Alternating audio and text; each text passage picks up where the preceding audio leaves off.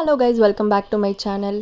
2 பசங்களுக்கும் இப்போ கோல்டாக இருக்குது. ஸோ அவங்களுக்கு எப்போல்லாம் கோல்டு இருக்கோ நான் இந்த ரெசிபி வந்து அவங்களுக்கு கொடுத்துடுவேன். ஸோ இதுதான் பார்த்தீங்கன்னா மார்கண்ட குழம்பு. நீங்கள் வந்து ரைஸில் கலந்தும் கொடுக்கலாம், இல்லைனா வந்து இட்லிக்கு தொட்டும் கொடுக்கலாம், அப்படி இல்லைனா இன்னும் சூப் மாதிரி கன்சிஸ்டன்சிலையும் நீங்கள் கொடுக்கலாம்.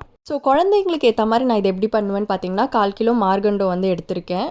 இதை நல்லா வந்து வாஷ் பண்ணிக்கோங்க. அப்படியே வந்து ட்ரை பவுடர் அரைக்கிறதுக்காக கொஞ்சமாக சீரகம், தனியா, பூண்டு, அப்புறம் பெப்பர் இது எல்லாத்தையும் நல்லா ட்ரை ரோஸ்ட் பண்ணிவிட்டு வந்து நம்ம கிரைண்ட் பண்ணணும்.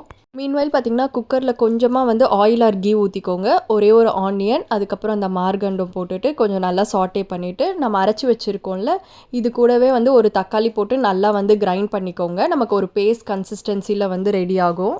இந்த அரைச்சி வச்சுருக்கிறத இந்த குக்கரில் வந்து மிக்ஸ் பண்ணிவிட்டு உங்களுக்கு தேவையான அளவு வந்து தண்ணி ஊற்றிக்கோங்க. நெக்ஸ்ட் பார்த்திங்கன்னா இதில் மஞ்சத்தூள், உப்பு மட்டும் ஆட் பண்ண போகிறோம். வேறு எந்த மசாலாஸும் வந்து தேவையில்லை. நம்ம கிட்ஸ்க்கு கொடுக்கறதுனால சீரகமும் ஆட் பண்ணிட்டோம், பெப்பரும் ஆட் பண்ணிட்டோம். அதோட காரமே போதும், மிளகாத்தூள்லாம் வேண்டாம். நல்ல ஃப்ளேவருக்காக கொத்தமல்லி வந்து தாராளமாக போட்டுடுங்க. குழம்பு கன்சிஸ்டன்சிக்கு நல்லா தண்ணி ஊற்றிட்டு குக்கர் விசில் போட்டு வச்சிடலாம். 4 to 5 விசிலுக்கு அப்புறம் நம்ம குழம்பு வந்து சூப்பராக ரெடி ஆகிடும். பார்த்திங்கன்னா நம்ம நல்லா கறி வெந்துடுச்சு. இப்போ வந்து தாளிப்புக்கு பார்த்திங்கன்னா கொஞ்சமாக எண்ணெய் விட்டுட்டு எண்ணெயோ ஒரு நெய் யூஸ் பண்ணிக்கலாம். ஸோ அதில் பார்த்திங்கன்னா சோம்புன்னு ஆட் பண்ணிக்கிறோம். உங்களுக்கு வேணால் லவங்கம் கூட போட்டுக்கலாம்.